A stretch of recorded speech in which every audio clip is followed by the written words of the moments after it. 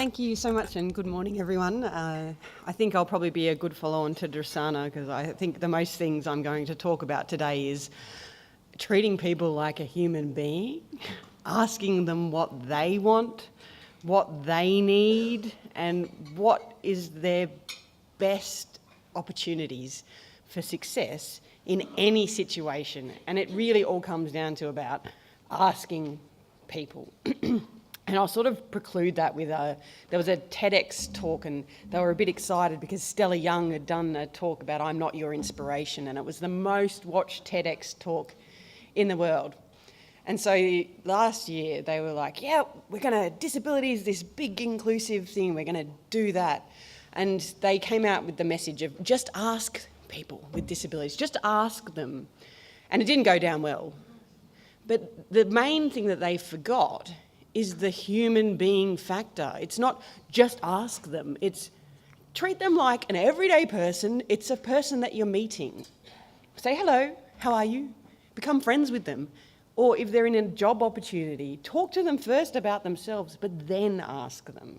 Because the main concern was people from the community coming out going, I don't want to be walking down the street and 20 people going, hey, how are you? How did you get your disability? What's up with that? And that was the main thing. So it's about that precursor of the same as you would treat anyone. You don't just go straight in and ask personal questions.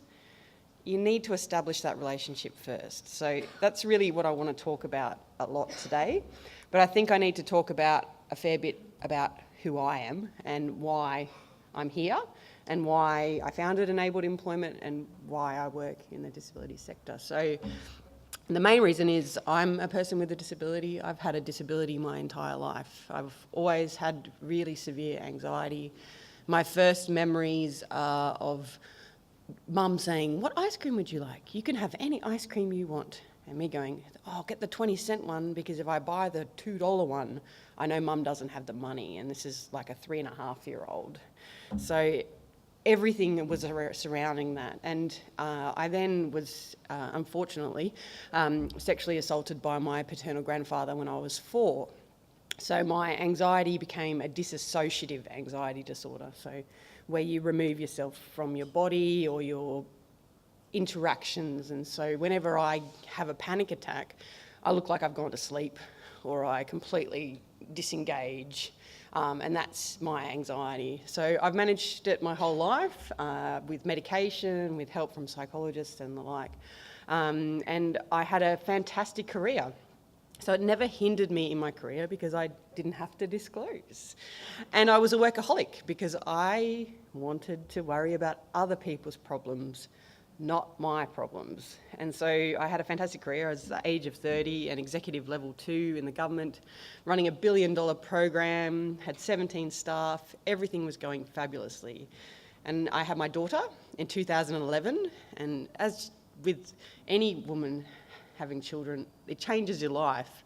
But it had a huge effect on me because I ended up with a condition called postpartum thyroiditis, which is overactive thyroid from your autoimmune response. So the symptoms of that is anxiety. My resting heart rate when they found I had it was 180 beats per minute. And the only reason they found it was because every time I stood up, I kept feeling like I was going to faint.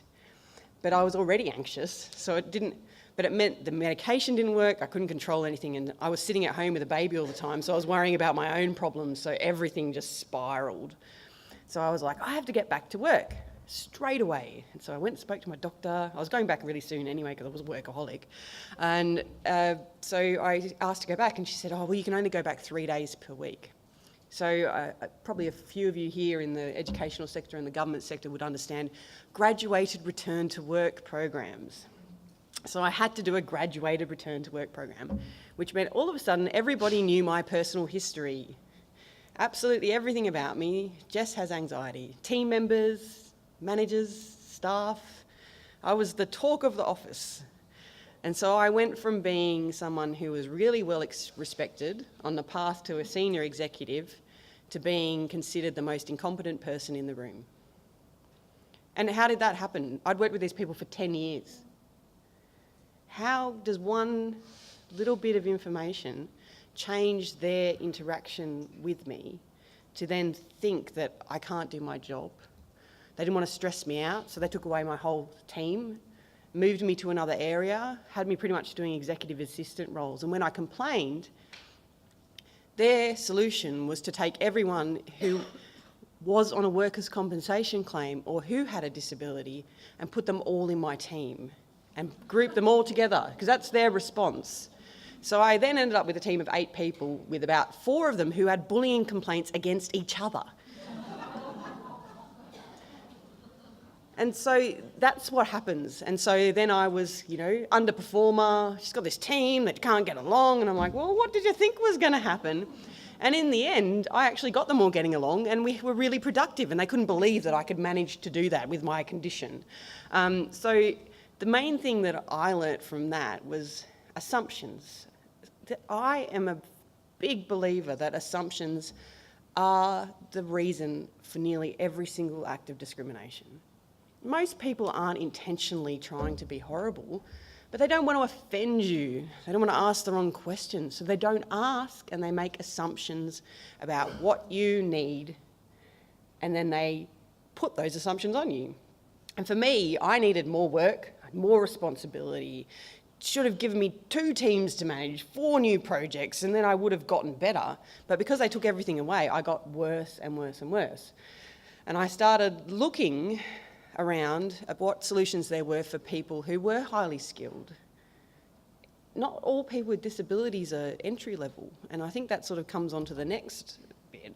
So everyone in this room, I'm sure, would know 4.5 million people in Australia have a disability. It's nearly 20% of the population. It's the largest minority group in the world, and it's the only minority group that you can join at any stage of your life. But we're not doing more for it, and we're making these assumptions, and we're putting people into pockets. How can 20% of the population only be able to do entry-level jobs?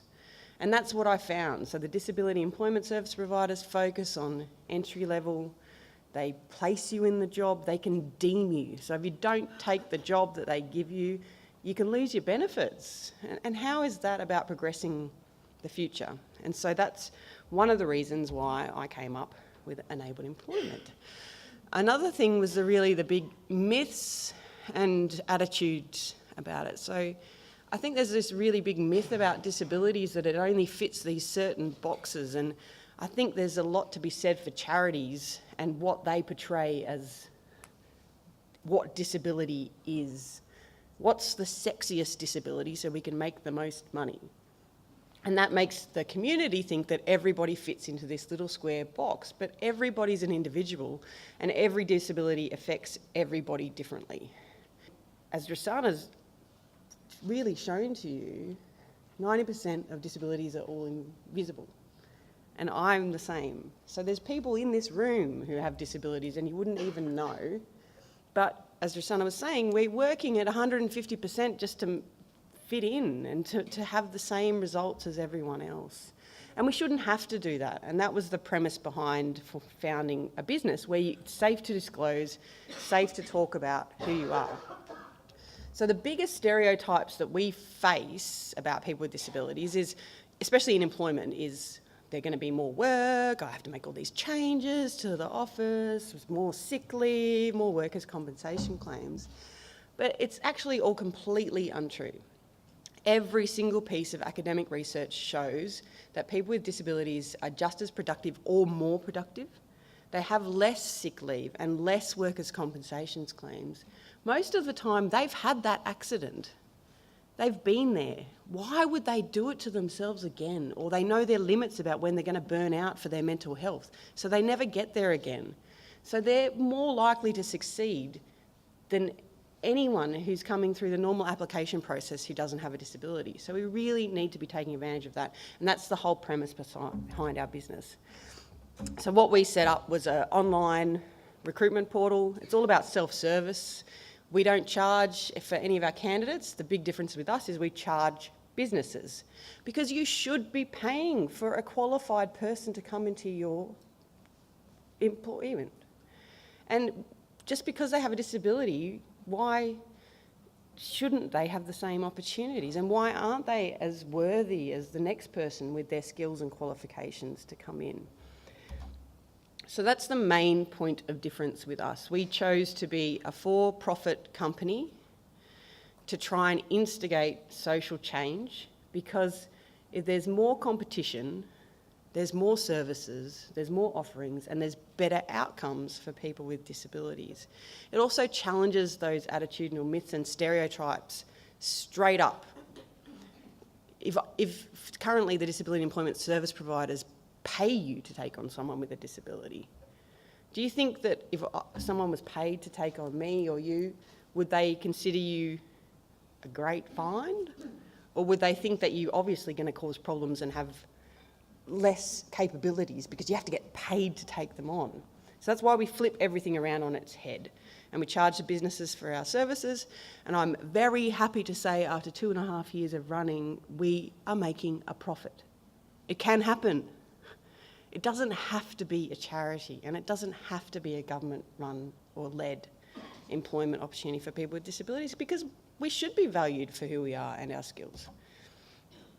So one thing we did learn throughout the process, because of the way that we engage people, what we do with the teams before they start and that person, is that there was lots of other groups who were facing the same discrimination, and our results were working for them as well. And so what we found was that was veterans, so if they've been wounded psychologically or physically, but also just veterans transitioning from the military to civilian life. It's a really mentally stressful process for them, and so we really work with them to make that happen. And then we've recently expanded to include Aboriginal and Torres Strait Islanders and seniors, so people who are 55 and over. And again, it's about myths and attitudes and prejudice, and that's where we have the best success, is because we break all of that down before the person starts. So our services, the biggest thing that we do is try and fit in with what businesses need. We don't go, here, we're going to throw people at you and you should find a job for them. We go, what jobs do you have? And we'll find the person who's got those skills and abilities. And again, that results in longevity, people staying in the jobs. And that's where we really try and focus. So touching on that disclosure and assumptions, I've got a bit of like crowd participation. And if anyone knows the answer, don't yell it out. So as an example of, I think we're talking about reasonable adjustments and accessibility and asking a person. So Stephen Hawking did his grand tour. You probably all saw it on the news. It was going to be at the Opera House. And he was doing a worldwide tour. And I like to ask, if you were the person in charge of his tour, what do you think we would have needed to do to set it up? So everyone... Come on, someone. Big pardon? Ramps, yeah. Great. See, you guys are listening. This is good. Because I normally get ramps. He'd need a carer, he'd need hotels, he needs certain accessibility, he'd need his software, all of that sort of stuff. But you know what happened when you asked him? He was like, do a hologram, baby. He was a hologram on stage for his world tour. It was filmed where he was most comfortable, had what he needed, everything supported. But he didn't have to travel, but he could do a world tour. He was projected onto screen as a hologram. So that's the real difference. And think about the impact on him by him actually designing it. And that's what we mean. Like, I think he's a great example because he's one of the people that you can't challenge his intelligence because of his disability, because he just immediately swipes that down. And so I think it's a really good educational tool for people of the community who don't understand the disability sector, because that is one person in the celebrity view that they will never challenge against his abilities.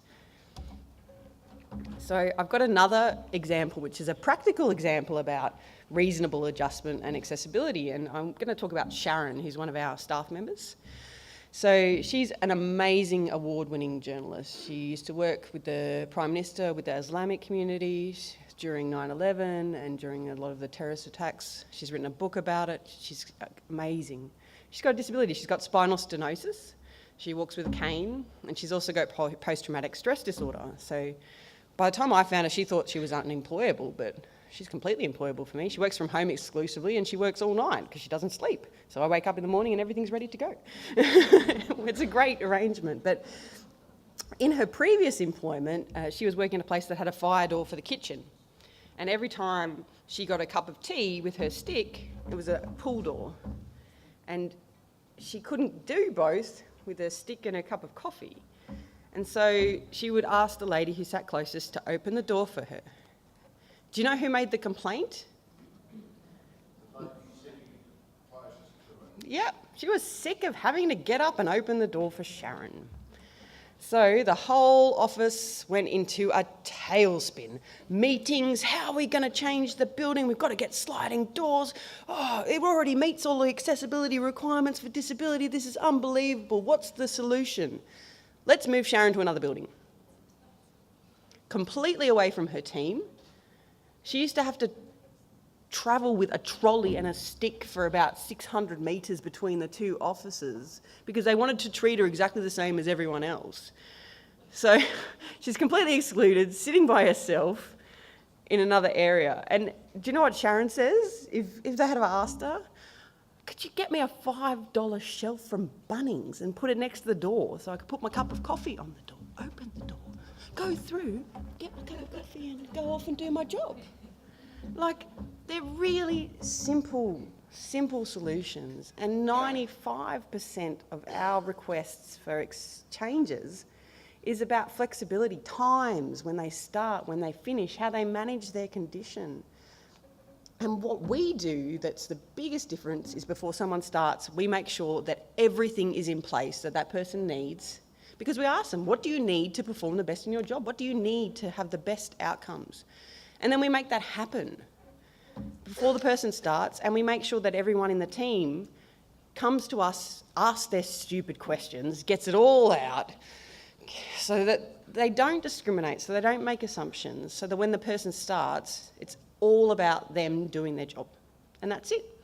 So I'm happy to say, like, we do short-term placements, small-term contracts, long-term things, but 90% of the people that we've placed are still in their jobs today, like 2 years later, because they were qualified for the job and they do the job. They did not thrown at them, just take them on and told what they should be doing. And that's our biggest point of difference. And so I think I'd like to sort of wrap that up in a nutshell and sort of talk about what that's meant. So fortunately, as I was saying, it's been successful. We've got 12 major corporate contracts. We're working with government departments and we're challenging and breaking those myths every time we go ahead.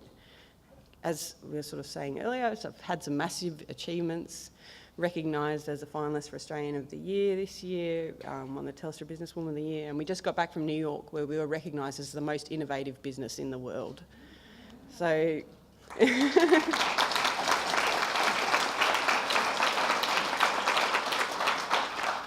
so it's the first time it's ever been done, but that's coming back to why. I went looking for it. It should have existed. It's common sense. I needed the service. Why wasn't it there? And whenever I went to anyone, they were like, oh, that's a no-brainer. Doesn't it already exist? It does not exist anywhere in the world. And why is that? And that's what we need to start challenging. But I think the main thing is we shouldn't just be asking the people with disabilities what they need. We should be asking everyone, what do you need to perform the best in your job? Because then everyone is treated the same, everyone has the best performance, and that person with a disability is immediately part of the team because they're not excluded by their preferential treatment, so everyone talks in the background. But it's about how do you make the most inclusive environment for everyone and make sure that they all work together. So I think that's probably how I'd like to finish off if anyone has any questions, or I hope I haven't gone over time.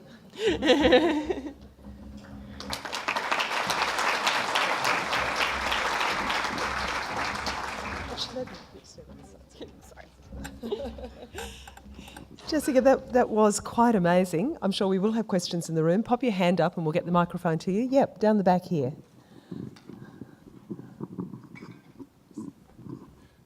What a terrific presentation. Thank you very much. I'm a PhD student and I'm studying the barriers to higher degree by research for people with disability.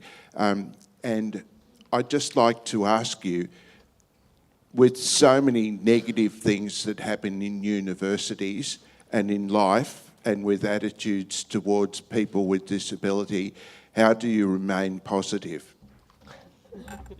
Yeah, we've got a mantra at our work, and everyone abides I'm by it. sorry, I can't hear you. Sorry, we've got a mantra at our business, and everyone abides by it. It's we kill people with kindness. Because sometimes you walk out of a meeting going, did that just happen? Really? So you have to, when people start with me, I talk about you have to take one negative opportunity and instead of let that absolutely drag you down, because it could cripple you. Some of the things that we hear and see every day, and you have to think about how you can take that example and use that to help millions of people. And so I always talk about that first when people start, and then they see that horrible discrimination, and some of it's been from the people you would least expect. Normally when we meet with a diversity and inclusion specialist in a business, we know we're going to have a bad time. So that's what and that's because they've got KPIs about meeting gender diversity, about meeting lesbian, gay, bi and transgender diversity, but they don't have KPIs about disability, so they don't care. But yeah, it's about kill them with kindness. We just always come back with positive stories. We always tell them about our stories. We keep at them, send them links, send them information. It's just constantly hitting them with positivity. And most of the time they come back to us 3 months later and go, we've realised after speaking with you that we don't have a very good plan, or we're not doing the right thing for people with disabilities, and what can we do? And they'll ask us for advice. Okay, have we got more questions in the room? Someone else would like to put their hand up? Yep, here. Thank you. I don't want to give the impression that at our university we don't give a lot of supports to students who really need it, but one of the issues that we have to work with is students coming thinking that they need a heap of support and wanting things that we think that they could do without.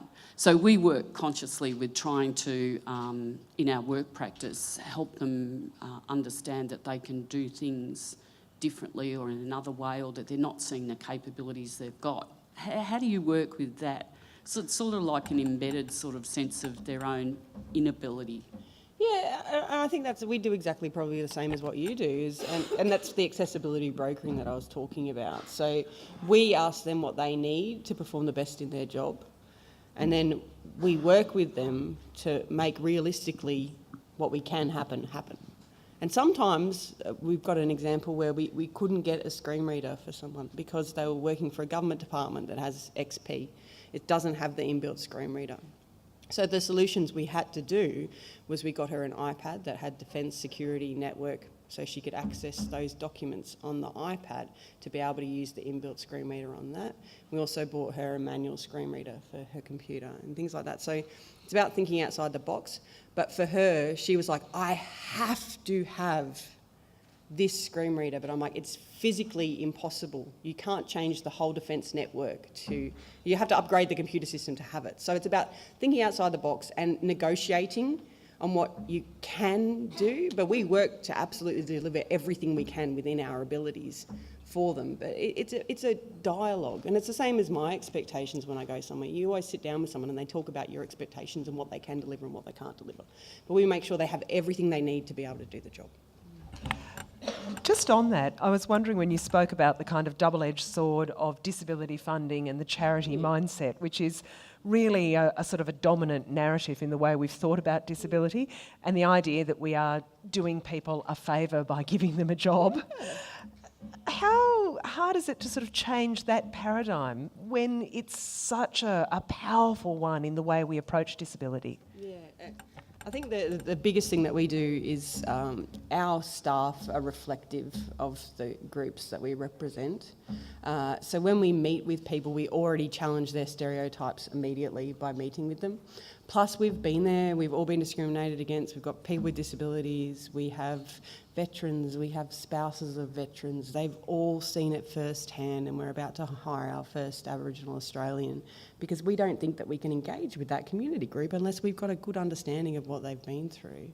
And that's where we really challenge those barriers with the business. We meet with them. We tell them all about our stories, the discrimination that we've had, and we're sitting in front of them and challenging them immediately to think, wow, they've all got disabilities. And so that's our first sort of thing. And then it's making them pay for it, making them realise the value of it. Because if you pay for something, then you value it. And that's probably the biggest impact that has on that, and that really changing that way that we deliver the services, because we give them the most qualified person for the job and we compete on the open market. So we don't want preferential treatment. We want to put a person in with everyone else, and we have nearly a 40% fill rate, whereas a normal recruitment agency has a 25% fill rate. So competing on the normal market, our candidates are the most qualified for the job. Jessica, it's such an impressive model and really exciting to hear about just how successful it is. Please thank Jessica May for a really inspirational speech.